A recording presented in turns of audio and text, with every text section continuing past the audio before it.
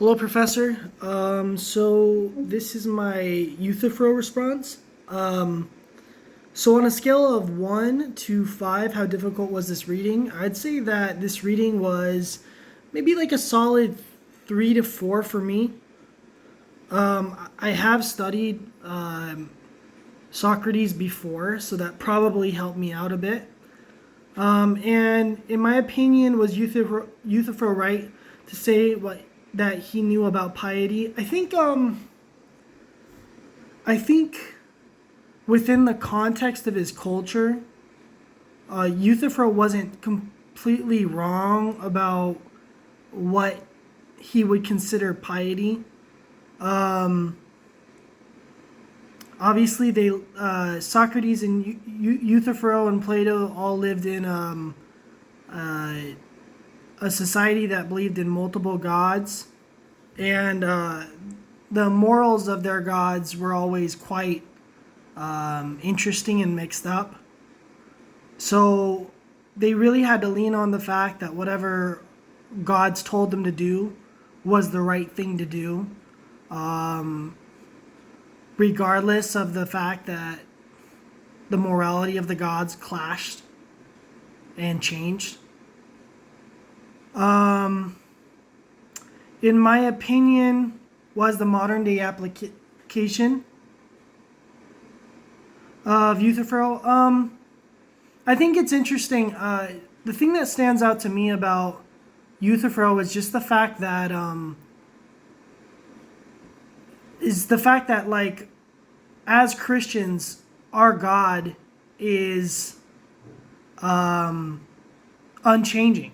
So obviously Socrates catches Euthyphro in a bind because Zeus and Hades and the gods of his day, their nature was not like like our God's nature. So if we believe what the Bible says is true, God cannot have traits other than the ones that He has. There's no like higher moral good than God's nature. So for us,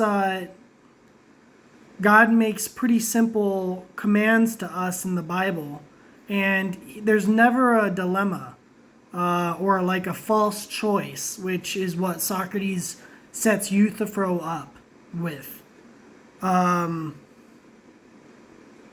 So, yeah, basically that's my application of Euthyphro. I think that applying it to an everyday scenario, maybe like I live in Indonesia, which is a Muslim country. I think when you look at the Prophet Muhammad, you can see some real clashes of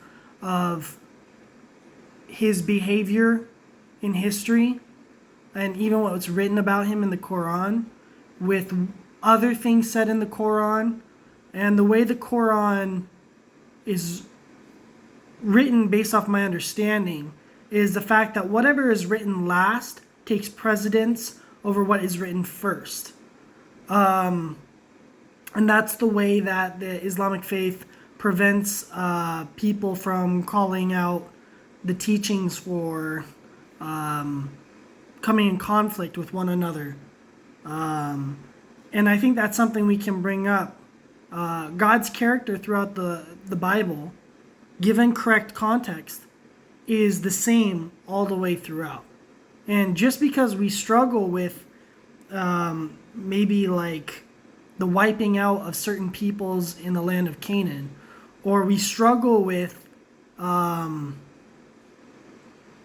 certain commands God makes in general, it means there's an issue with our hearts and our understanding, and not an issue with God's moral standard or His nature. So yeah, that's maybe the modern day application I can find from Euthyphro. And then questions about the reading. No, honestly, I don't really have any questions as of right now. So, thank you, Professor.